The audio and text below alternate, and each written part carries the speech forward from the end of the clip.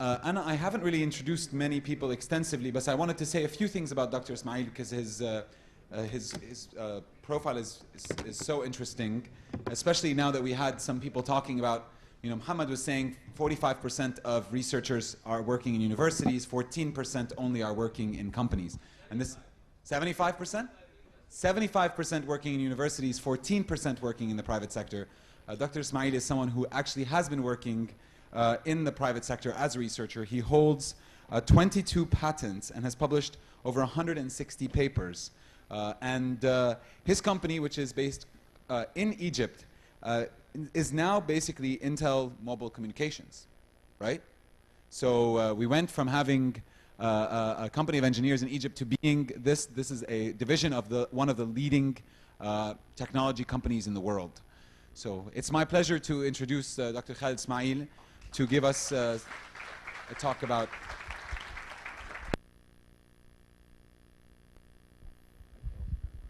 Thank you, Omar, for the kind introduction. Thank you, everybody, for being so patient. I like the idea of you standing up and me sitting. What do you think about that? No, really, I really enjoy. I couldn't hesitate for a second, although I woke up at 4 o'clock this morning in Amman, Jordan. I deliberately made sure that I fly into Cairo and come and be part of this today here because I love to be with entrepreneurs whenever possible. I was asked to tell you a little bit of the success story, but maybe I'll give my short speech a small twist and tell you about my failures, which I think may be more valuable as lessons than telling you, oh, this worked well. I think maybe it's better to tell you what didn't work before, which helped me actually learn how to do things better. I had 2 startups before SysDSoft which failed. And I cannot, because of time, tell you the long failure stories, but I can summarize in bullets why the first one failed, why the second one failed. Very common mistakes, but major ones.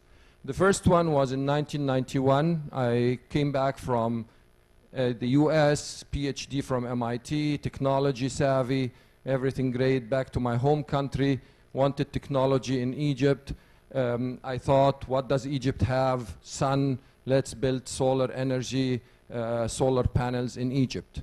I was very focused on the technology, very focused on what I know in electrical engineering and so on, brought some very, very sophisticated equipment to build solar panels in Egypt. 1991 was really very versioned Egyptian market, but without further details, the major 2 mistakes I did is I was too much focused on the technology. And that is a major and common mistake between engineers. They think technology is a goal, not a means. Technology is not something that guarantees you a successful path. That's the bottom line.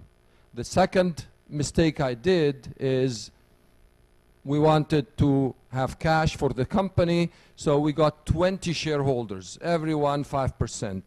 Again, big mistake. 20 people, try to get any 20 people in one room and get any agreement between them on anything. So the company, 5 pro this, 5 pro that other idea, and so on. It was a failure. The second company, few years later, in I think 1993, I had this great idea with some of my partners to have tailored software for medical doctors. So for orthopedics, a very specific program. For ophthalmologists, a very specific program. For dentists, very specific program. That's in the early 90s when technology in Egypt, at least, was really in its infancy. Very few doctors whom we met even had a PC, not to mention a laptop. So, and again, failed. The idea was good. At that time, I thought about the market. So I was not very technology driven. I thought, what does the market need? But major bullets here of mistakes. First of all, I think we were ahead of our time. that was a problem. I mean, it was good, but if none of the doctors or 90% of them didn't even have a PC, did not even know how to operate it, what are we talking about? So that was one mistake. The other mistake is we as partners did not want to take the extreme risk or the high risk, and every one of us did it as a side job. So there was nobody doing it with all-hearted, full focus, 100%, not 100, 170% of his time, all the time. We were all doing it, you know, to keep ourselves on the safe side. We were doing it as part-time. Big mistake. So in few minutes, I told you about 4 big mistakes I made in my life, and I learned them all, and I corrected them all in my next venture. And there are more mistakes, of course. But those were big ones, and I see them repeating with a lot of people whom I talk to. 1 or 2 or all of them. I see them very frequently every day with young people like you, and I was young 20 years ago, not anymore, but avoid those 4, and I did avoid them when I built SysDSoft. Focus, not anymore that much technology driven, didn't even have to innovate. We were doing something in technology, in very high tech, but it's not about innovation, it's about doing it right and doing it on time, having satisfied, happy customers, repeat customers who come to you again. In fact, our biggest success was not to sell to Intel. It was before that, when SysDSoft was the #1 in the world producing 4G or LTE technology. If you would Google a year ago LTE protocol stack, the #1 in Google or in Yahoo or anything was an Egyptian company called SysDSoft. So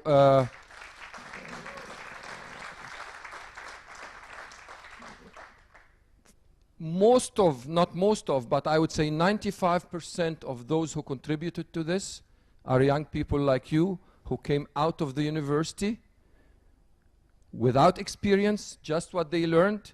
We talk about problems of education in Egypt.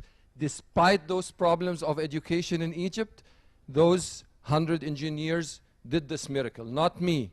I just selected them right.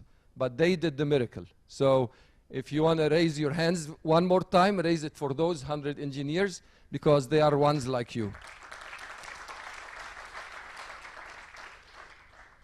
I made one more mistake, although this was, I would say, a nice success story to end up selling to Intel, the biggest technology company in the world today, to attract them to come to Egypt and build up on this technology. Eventually, in a year, you will see products, 4G LTE technology from Intel in your hands, in your smartphones, and you will be all very proud that part of that has been done in Egypt by Egyptian engineers. But one more mistake, which I will try to avoid in my next venture, because it happened in SysDSoft, and it's another common mistake of entrepreneurs who get so much absorbed by what they do, and it happened to me, and I advise you not to do that, which is not to forget some very important part of your life. An entrepreneur who gets fully absorbed by what he does. I was working 100 hours a week. I was working 7 days a week. I was having very, very limited. In 8 years, probably I had like 10 days of vacation in 8 years. Now, the result of that was, while all of that was happening and absorbing me, my father was dying from cancer. And I had to sit with him, but at the same time, just unluckily, there were a lot of problems in my startup. And I would sit with him, half of my mind worried about him, but the other half was worried about my company. Sometimes even 70, 80%, while I was not thinking, went to my company. And he died, and today I think about it, and I wish when I was with him, I would have been 100% thinking about him. Sometimes, even as an entrepreneur, you have to let go and think about your family. My kids grew up during these years. When I started to the time I finished, I lost seeing them grow up. Again, a big mistake. So, despite of the success, I made those mistakes, and I advise you, balance your life. I don't think what I did was very wise, so another piece of advice, try to avoid it. Now, I see a lot of discussions here. I hear a lot of them about entrepreneurship. And unfortunately, if you ask me, and I'm sure if I ask you, either we don't know what an entrepreneur is or is defined by, or we would at least differ. How many of you believe, really, they can define what an entrepreneur is? Only? After all of these discussions, so you've been listening to the word entrepreneur, not knowing what an entrepreneur is? I thought I would see more hands, but then the next question would have been, let's try to see what the definition is, and then I would have seen a lot of disagreements. A lot of people think the entrepreneur is somebody who just thinks without boundaries, unlimited space, and so on. Big things. To me, that's a dreamer. That's the definition of a dreamer. Some people say an entrepreneur is somebody who just has a lot of good ideas every day, new ideas, new ideas. To me, that may be an inventor. Some people say he's somebody who takes extreme risk. He can jump into fire. To me, that's a gambler. So, I'm just telling you what I don't believe an entrepreneur is. But in reality, entrepreneur is all of that. With the right balance, he manages risk. So he takes the risk, but he manages the risk. Taking risk, anybody can take risk. But to manage risk is a more difficult job, and that's what the entrepreneur has to do well. He has to execute on good ideas. So not just have ideas, he has to execute on these ideas, make them happen. Not select the most complex one, select the ones that can be done and make them happen, and make his dreams happen and come true through this execution. So, as you can see, I used again the dream, I used the ideas, and I used the risk, but in a different context, in a balanced context. And to me, the entrepreneur is somebody who can balance all of that. While you're managing your company, you have to run lots of balances. Do you spoil your employees, or do you really be tough on them? That's a balance. You can't be either or. Do you have very discipline in everything you do, or you have some flexibility? It's a balance. Do you keep innovating, encourage people, yeah, every day come to me with a new idea, versus let's take the idea and finish it first? That's another balance. A lot of balancing is what the entrepreneur has to do, and the successful ones, you never know why they succeeded and why others didn't. It's because of this balancing idea. They just balance it right. Not because they are just one thing or the other. No, they balance all of these things in the right way, with the right amount of risk versus discipline versus execution versus flexibility versus innovation, and here comes a successful case. So that's, to me, or at least my personal interpretation of what the entrepreneur is. My last point to you is about everything we hear today, and probably you heard about it yesterday, about the internet. The internet is such a great opportunity. But to me, it is like a big ocean. What's in the ocean? Sharks. What's in the ocean? Islands, some of them dry, some of them beautiful, some of them where you can make a lot of prosperity, and some of them where you just can live on a very basic standard. So what do you do if you're faced with that? The gambler, the risk taker, jumps into the water and says, I will land on the island, the best island, while I'm just jumping. Guess what? He jumps, he falls into the mouth of the shark. Because he's a gambler. He just didn't even think about it. And then he may blame the shark because he had his mouth open. That's what they can do. But a real entrepreneur, before jumping into this ocean, prepares himself. He tries to know where the islands is. He thinks about the direction of the air. He takes with him a boat or something that he can use to cruise. He doesn't jump like this. But even then, he's subject to the sharks eating him alive. Everyone, every entrepreneur is subject to failure. In my analogy, it's the sharks eating him alive, or he lands on an island where there is no life, he stays there until he dies of hunger. Those are all possibilities an entrepreneur knows how to deal with. He has to cruise fast, because the longer he is in the water, the higher the chance the sharks will eat him. He has to cruise until he finds his island. And if he finds an island, but it's not the one he likes, he has to decide very quickly to move to the next island. Decision making at the right time is very crucial for success. You don't wait on the island and start scratching your head, or you're swimming in that water and you start thinking left, right, let me wait a little bit, let me check the air. The sharks will eat you. You have to move fast, because the longer you stay in the water, the higher the chance you will be dead. When you go to an island, you have to decide very quickly, is that the right one? When I sold to Intel, I found myself on an island that looked very good. Is that the best one? I don't know. You never know, because there may be a better island somewhere, but you have to decide. You have to make a quick decision. Is it the good one? Can I stay here? Or should I look for a better one? That's the entrepreneur. There's no right and wrong. You have to just make quick decisions, one after the other.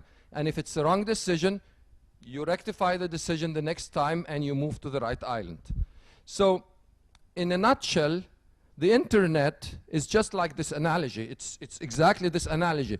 There is a gaming island, there is an advertisement island, there is a chatting island. There are lots of islands in the middle of a water full of sharks. And the sharks, they were sitting, some of them were represented here.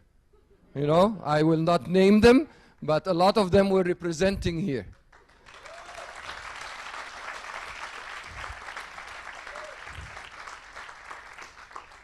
So you're either eaten up by the sharks, or you become a shark. Correct.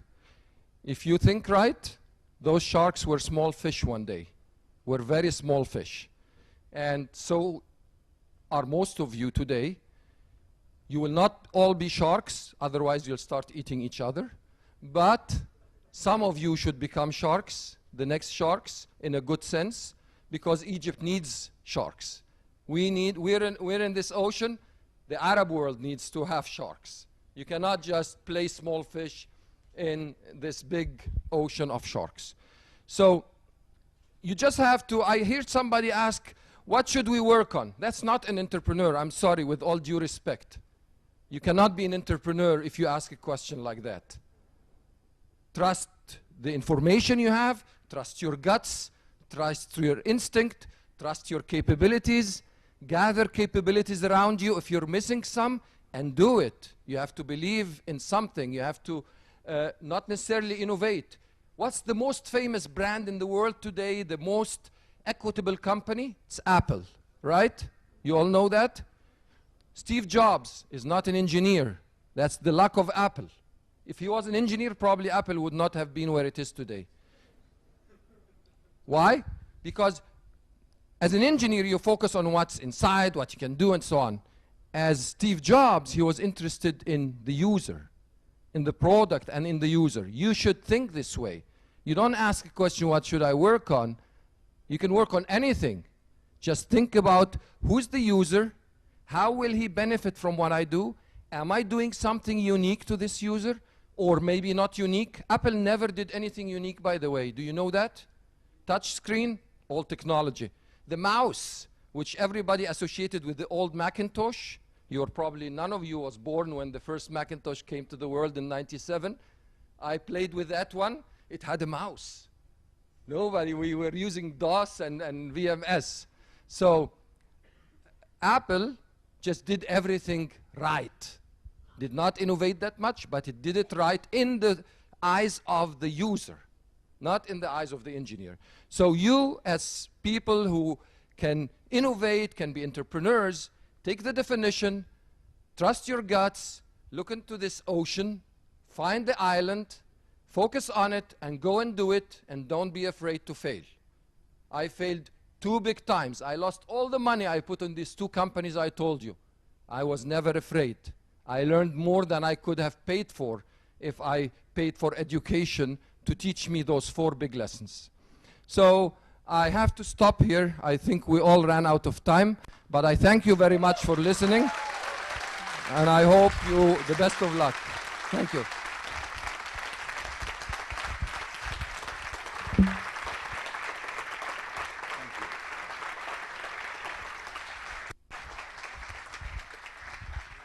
Thank you for the very inspirational speech, and I told you we'd save the best for last, so I hope I stuck true to my word.